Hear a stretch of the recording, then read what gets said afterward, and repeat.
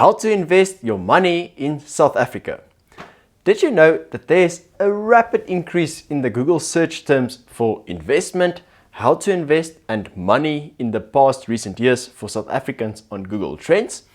And if you are part of investing groups on Facebook, such as the SA Easy Equities Investors or the Fat Wallet community, you probably would have noticed that there's an ever increasing interest for South Africans to better manage and invest their money. Now, this is great news, as it is an indication that more and more South Africans are starting to take their personal finances into their own hands and not completely relying on others to determine their financial futures, as had been the trend in the past. This is also a massive positive step in the right direction to be willing to manage your own money, but seeing that very few of us have a proper financial educational background, and no, the maths and accounting that you learn at school does not really help as much when you start adulting. It is really important to first have a proper, well thought out investment strategy in place before you start investing a single rand. If you are not a fan of any of the multi-asset balanced funds available on the market, or you don't want to pay a fund manager a bunch of expensive fees to make the asset allocation calls on your behalf, then this video is for you, as I'll go over exactly how to custom build your own investment portfolio using ETFs that are both well structured and well diversified. And I will also mention all the important things that you need to consider when setting up your own strategy so that you can customize your own plan for yourself. Now, just a quick disclaimer, I am not a financial advisor, and nothing that I say constitutes as financial advice, but rather as financial education. I'm not getting paid anything for the information I provide to you, so I really have no incentives to try and talk you into buying a certain product that will earn me any commission. All the information that I share on my channel is stuff that I've researched and learned, and which I personally apply to improve my own financial future. So you can be sure that my opinion is objective and that I really try my best to provide the best possible content that I can. Okay, so with that out of the way, get the popcorn ready and let's get into this video. Now, the first thing that you need to ask yourself when setting up an investment strategy is how much of your investment portfolio you would want to allocate to local, meaning within South Africa, and offshore, meaning outside of South African markets. Now, to answer this question, there are basically two schools of thoughts with regards to this. The first one is that South Africa forms such a small part of the world's investable market that you should rather just invest everything globally. If we look at the FTSE All World Index, which is an index weighted by market capitalization and which covers 95% of the world's investable markets, we would find that South Africa currently only makes up 0.42% of this index. So if our country's economy contributes so little to the overall world market, should we not follow this statistic and invest 99.58% of our investments offshore? I mean, this would just make sense mathematically, right? Now, the counter argument for this is that we earn in rands, we spend in rands, and so we should invest in rands. Local is lekker, so put all your investments into the local market. Simon and Christia from the podcast Just One Lab likes to advocate for this approach, especially since a lot of companies listed on the JSE already earn revenue outside of South Africa, thereby giving you your offshore exposure in its own right. So, which one do we choose? I think this is a personal choice based on your beliefs on where our country is headed and if you are planning on emigrating.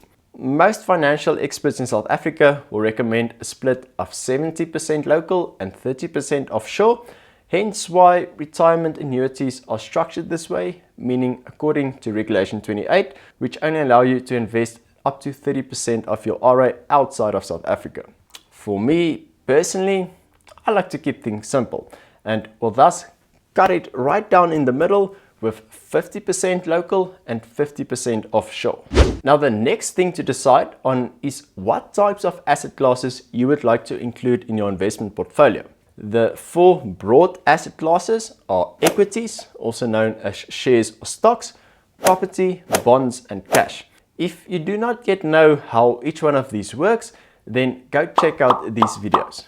Now each one of these assets have different risk and return profiles, and how much you choose to invest in each will depend on your specific time frame, meaning how long you are willing to keep your money in the market and your specific risk tolerance. In general, the longer time you have to invest, the higher your investment allocation should be to growth assets such as shares and property.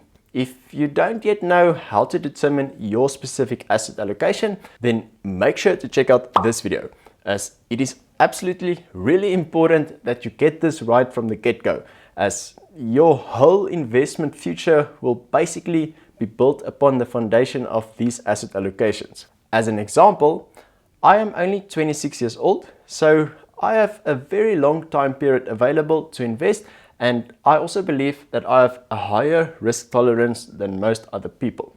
I will therefore take on a much more aggressive approach, and therefore my ideal asset allocation would be 70% in shares, 20% in property and 10% in bonds.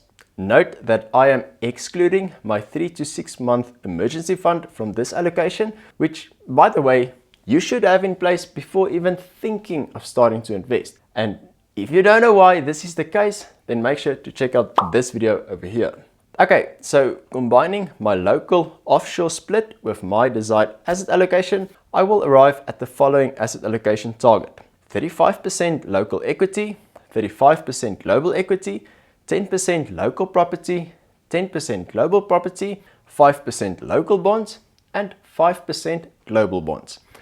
You may have different numbers, but just by applying a bit of mathematics and by watching all the videos that I've mentioned so far, you will be equipped to figure out your own specific asset allocation as well. So now that you have a proper asset allocation target in place, it is time to look for funds to invest in. Now, I could make this video 10 hours long by comparing all the different options, including bank brokerage accounts, foreign brokerage accounts, unit trust, endowments, RAs, tax-free savings account, blah, blah, blah. But none of you would like to stare at my gory face for that long at a time, I'm sure. So to keep things simple, I'm going to only focus on ETFs or exchange traded funds. Why? Because ETFs are easy to understand, very customizable, and most importantly, very cheap in comparison to the rest. If you don't yet know what an ETF is and how to invest in them, then I would really encourage you to go check out this video. It is a long one, but it does really contain all the info that you need to know about ETFs, and seeing that this whole investment strategy is built on ETFs, it is really important to know how they actually work. Right, so the best and cheapest places to find and invest in ETFs include Satrix, Signia and Easy Equities. For me personally, Easy Equities works the best as they have access to almost all the available ETFs on the South African market. They don't require any minimum amounts to start investing, and they are simply very cheap. So if you haven't yet opened an account with Easy Equities, then you can simply click on the link down in the description and get a free 50 Rand voucher on my behalf. Okay, so how do we exactly choose our ETFs? Now, just a quick recap. An ETF basically follows an index which contains a bunch of companies grouped by a specific set of rules. For example, the S&P 500 index consists out of the top 500 countries in the US. So if you buy a share in the index, you automatically buy a share in each one of these companies. So if we look at the local equity market in South Africa, for example, we are looking for an ETF that tracks the top performing companies that are registered on the JSE in South Africa. The most popular equity index is called the Top 40 Index, which tracks the top 40 companies in South Africa. Now, you get several different ETFs that tracks the same index. For example, you get the Satrix 40, the Signia iTrix Top 40, the Asperton Top 40, and the OneVest Top 40, amongst others. So if you look at each ETF's information, which can be easily accessed on the Easy ETFs or ETF SA websites, you will notice that they all look pretty much the same. The only real differences are the dividend payouts, the past performance, and the fees. Now, whether you would like to receive dividends and how often will be your own personal choice. For me, I don't really care. And if the fund does pay out dividends, I would just like it to be reinvestment, as this is an investment strategy for the long run. So I am more focused on growth than income. Past performance is a nice way to see how well the fund performed in the past, but as we can now all chant together, past performance is not a reliable indicator for future performance. That was bad. Anyway, seeing that each ETF basically tracks the same index, the only thing that I really care about is the underlying fees that you will be paying. Now, I can speak about investment fees for another hour, but I won't, because I already made another video that you can go check out. But for the purpose of comparison, if you buy different ETFs from the same provider, you will pay the same platform and brokerage cost for each ETF. So the only fee that I really care about in this video is called the TIC, which stands for the total investment charge, which can be calculated by adding the TER and TC, which can be found in the fund's MDD. So tying all of this together, in my opinion, the best ETF to choose will be the cheapest ETF that tracks the same index. So the best thing would be to research all 84 ETFs, draw up a massive table on Excel, and compare all the ETFs that are available on the Easy Equities platform. Now, won't it be nice if somebody already went through all that hard work to set this up and who is so kind to share it with his fellow South Africans? Yes, this guy. I will leave a link down in the description that you can click on to download this document. I listed all the different ETFs on the Easy Equities platform and categorized them according to equity, property, bonds, and cash. Now, this document probably took me a whole Saturday to make, so instead of playing computer games or braaiing or just, I don't know, sleeping, I sat behind the computer and I went through every different ETF's MDD to compile this document. And I will give it to you for absolutely free. And you don't even have to give me your email address.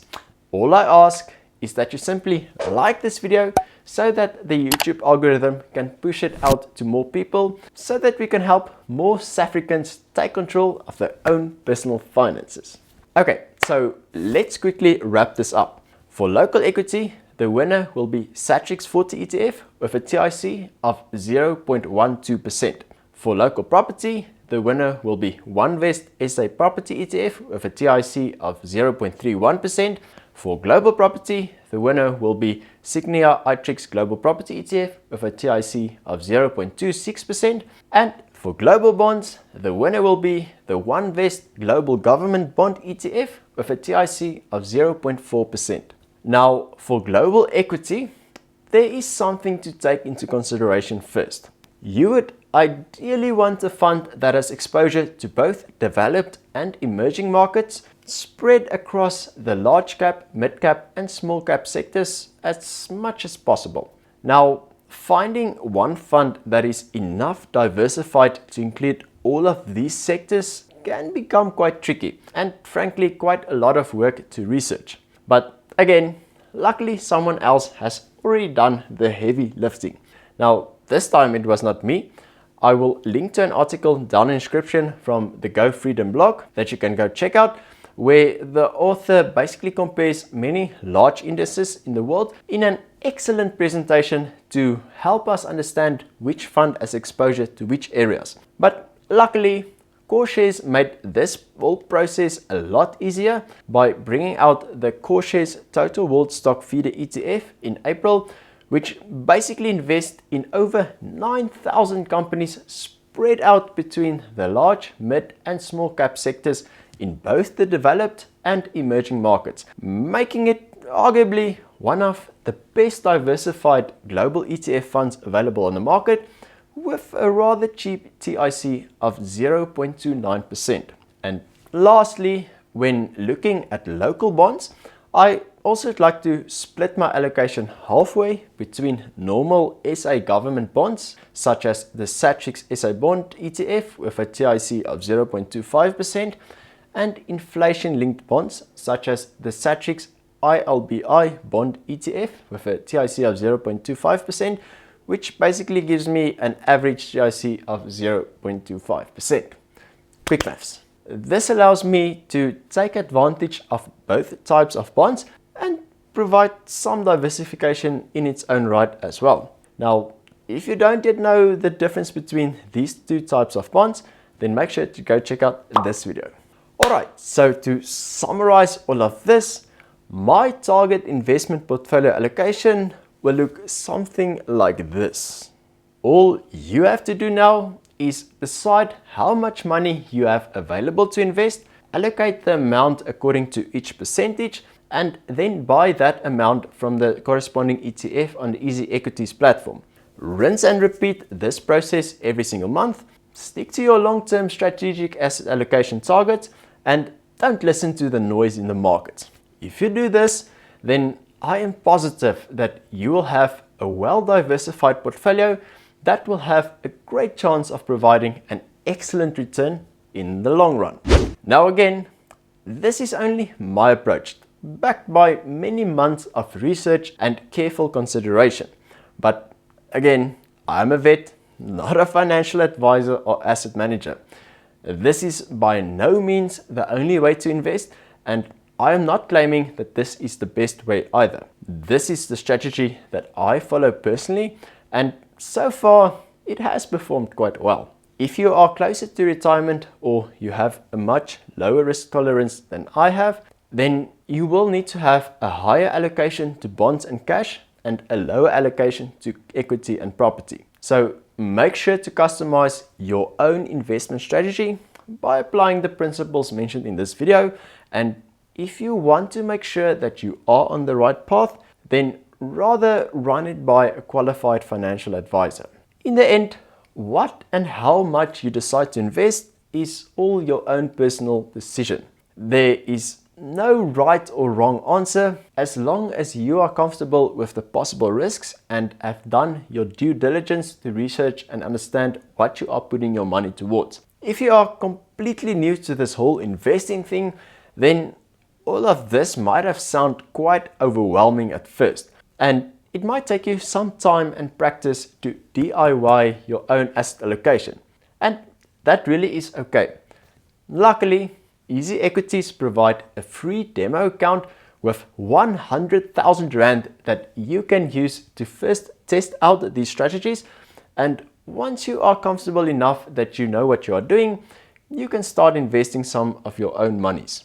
And once you've applied your own investment strategy, it is always a good idea to check in every year or so to make sure that nothing is drifting too far off course. If your property portfolio outperformed and your equity portfolio underperformed, for example, then simply adjust your buying to get everything back in line. Now, it is also important to view this geographical and asset allocation in terms of your whole investment portfolio, taking all your other investment products into consideration as well. So, for example, if you have a tax-free savings account, RA, pension fund, and other discretionary investments, then you should try to align all of these products to fit into your desired asset allocation. This might not be so easy, as you will have much more control over your tax-free savings account and discretionary investments than you would have on your RA or pension fund, for example. But this is where the fun really starts. And if you are a mathematic and statistic nerd like me, then you need to check out my next video where I will basically apply this same asset allocation strategy, but I will spread it out over 3 different types of investments to try and align them as much as possible to my desired allocation percentages. It's gonna be a video with lots of numbers, but I do think that you'll be able to appreciate how this could be done and will hopefully be able to do it yourself as well. Thanks for watching, guys. If you found this video helpful, then once again, I would really appreciate it if you could just drop a like and maybe share this with your friends and your family. And if you're interested in investing, entrepreneurship, personal finance, and just life hacks in general, then consider subscribing, as I'll be making new videos every single week. But anyways, guys, that is all for today. Thank you for watching, and I'll see you in another video next week. Cheers.